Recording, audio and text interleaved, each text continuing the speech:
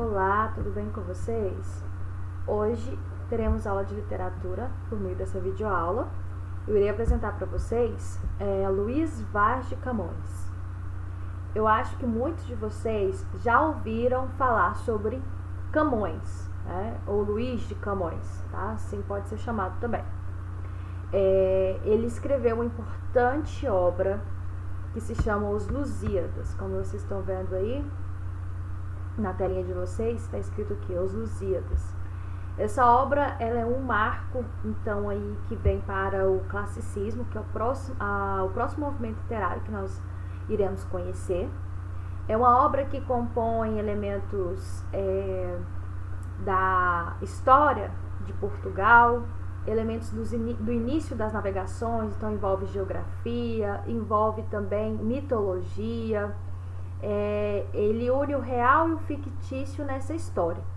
E ele escreve essa história de uma forma lírica, porque ele vem, por meio de toda essa história, que é até um pouco extensa, vem escrever ela toda em ritmação, com rima, devida metrificação. Então é uma obra-prima, porque ninguém nunca mais, né, fez uma obra parecida, da mesma magnitude do que Luís de Camões na obra de Os Lusíadas. Ela é muito abordada em vestibulares. Vocês contemplam essa obra agora no primeiro ano do ensino médio. E já vou adiantar para vocês, essa obra ela é praticamente leitura obrigatória. Como é uma obra que tem uma linguagem mais difícil, né, porque não é uma linguagem que nós costumamos ler hoje, ela é mais rebuscada e também tem muitas palavras que nós não conhecemos porque é do português, né, de Portugal e daquela época também, né, mais arcaico.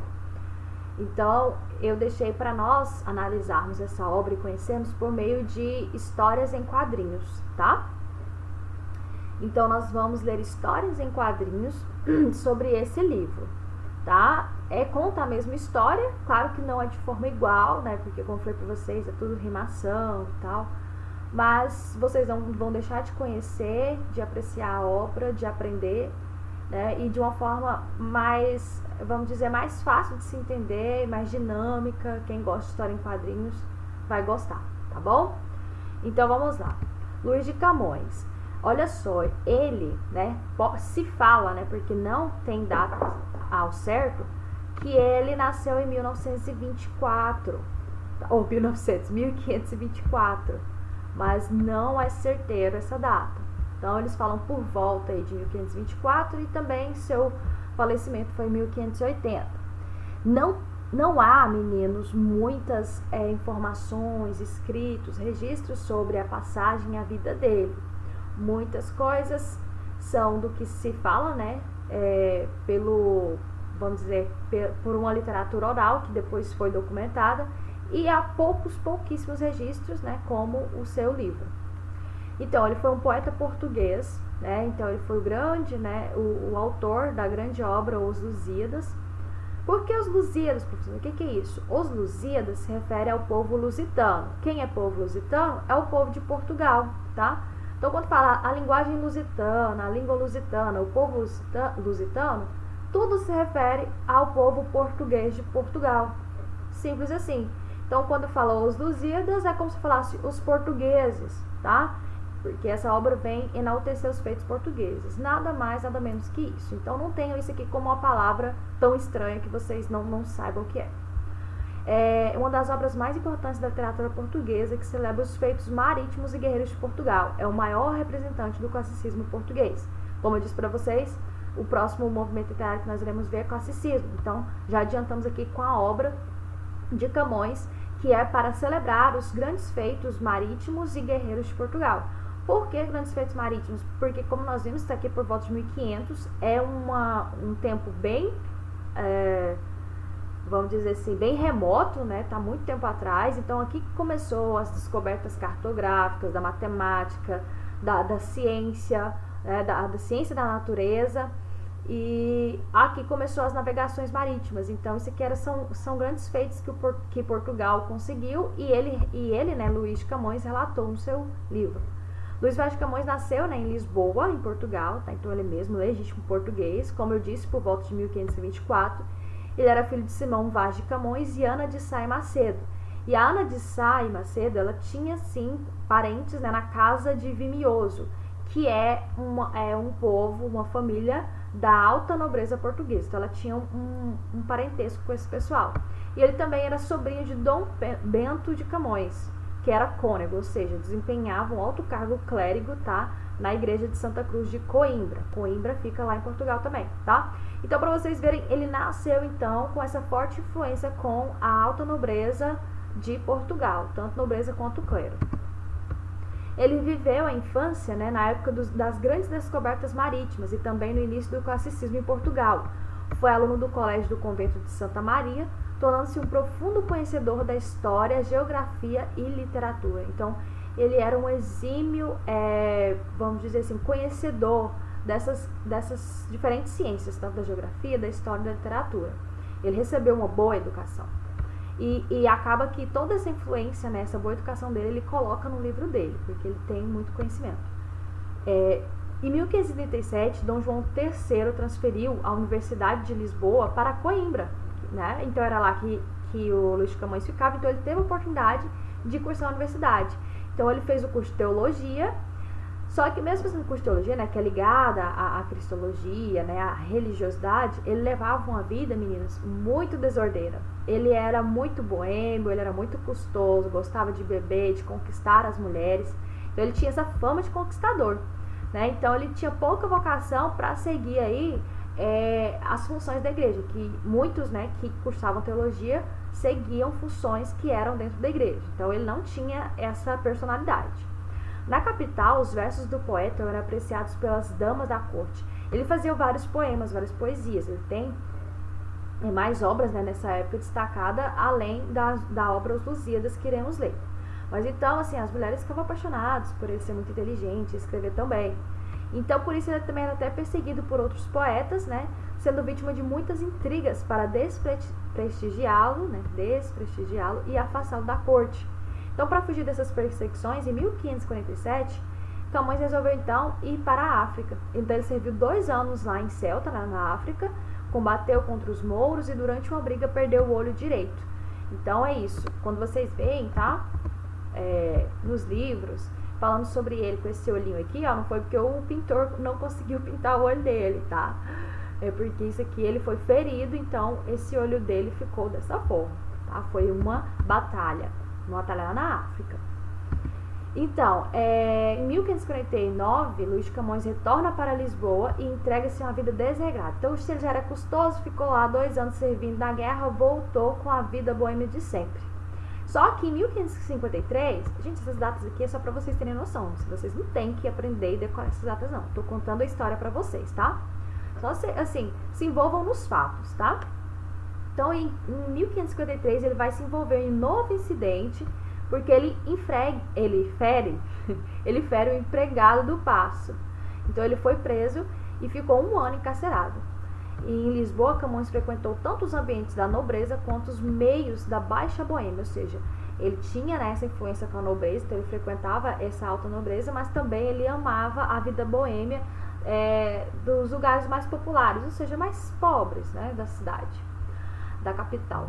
No dia 16 de junho de 52, envolveu-se em uma briga de rua e feriu a espada Gonçalo Borges. Olha, de novo, briguento, né? Ele feriu a espada Gonçalo Borges, que era um membro, né, da cavalaria do rei. Então ele foi preso e foi levado para o calabouço do tronco. Era um lugar lá do reinado, né, que ele ficou preso.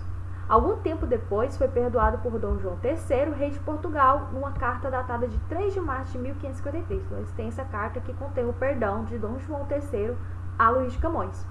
E esse motivo do perdão foi o fato de que Gonçalo Borges, né, o que se feriu, perdoou Camões. Então, o rei também perdoou. Dias depois, o poeta partiu para a Índia, a fim de servir o rei em missões militares. Essa viagem não foi uma imposição do rei, certo? Mas é porque Camões quis ir para essa guerra, porque já não estava satisfeito de como ele estava, né, tão boêmio, tão custoso, briguento. Então ele falou assim, eu vou servir o rei, vou para essa guerra porque eu vou fazer algo que preste, como se fosse isso, né? Eu vou parar um pouco, né, com essas farras, essas manias minhas de beber, de arrumar briga, e de uma forma de agradecimento pelo perdão do rei, eu vou servir, né, a corte. E foi isso que ele fez, tá? Então, foi bem nessa época, né, dessa viagem dele para essas guerras, essas conquistas aí de território, foi nessas viagens, né, por mares desconhecidos, na descoberta de novas terras e no encontro com costumes diferentes. Então, Luís de Camões, né, escreve o primeiro canto de sua imortal poesia épica, Os Lusíadas. Por que primeiro canto, professor? É porque o livro, Os Lusíadas, ele é composto por cantos, tá? Nós somos acostumados a ver livros divididos por capítulos, não é? Então, mas Os Lusíadas, ele é dividido por cantos. Então, tem canto 1, canto 2, tá? Até o final, canto 10. Posto em liberdade, em 1554, Camões embarca para as Índias. Esteve em Goa, que é um lugar lá na Índia, tá? Uma região, e toma parte de várias outras expedições militares. Então, essa é uma das primeiras. E através, né, por meio de tantas expedições, ele vai escrevendo o livro dele, tá? Nessas viagens. Então, ele escreve essa epopeia, né? Essa epopeia que é Os Lusíadas. Aí você me pergunta, mas professor, o que é uma epopeia?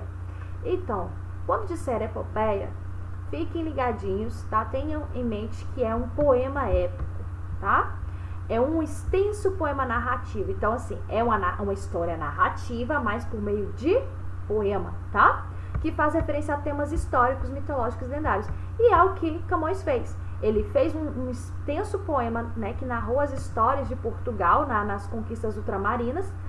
E ele, no caso, né, essa obra tem referências históricas de Portugal, mitológicas, porque ele vai inventar e também, né, nessas conquistas vai adereçar monstros, criaturas da mitologia, e fica uma obra lendária, né, que fica diferente de tudo que a gente costuma ver.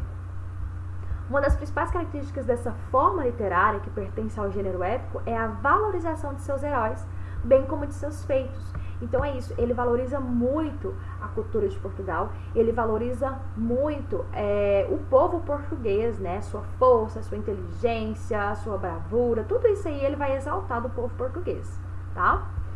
O termo epopeia deriva do termo epos, que significa narrativa em versos de fatos grandiosos, centrados na figura de um herói ou de um povo, tá? Exemplos mesmo é o poeta grego Homero, né? Que fez a poesia épica que se intitula Ilíada e a Odisseia, tá? Então, essas epopeias são bem grandiosas e são poucas. A Ilíada, a Odisseia, e depois veio, né, a obra Os Lusíadas também. Então, para vocês verem que não há muitos centros narrativos, não há muitos livros que tenham essas características comuns para a epopeia. Então são poucas, e essas poucas são muito grandiosas. Tenho certeza que vocês já viram, né, ouviram ou leram aí durante o ensino fundamental Ilíada, Odisseia, já viu algum filme sobre isso, porque virou filme, série, né? É bem legal, são histórias com bastante aventuras, que sempre vai ter um herói, né, cheio de virtudes, que salva o seu povo, sua cultura. Então é isso. Então por hoje é só. Na próxima aula nós vamos falar mais um pouquinho sobre a estrutura da epopeia, e eu vou contar para vocês um pouquinho da história do livro de Os Lusíadas, tá bom? Então é isso, até mais!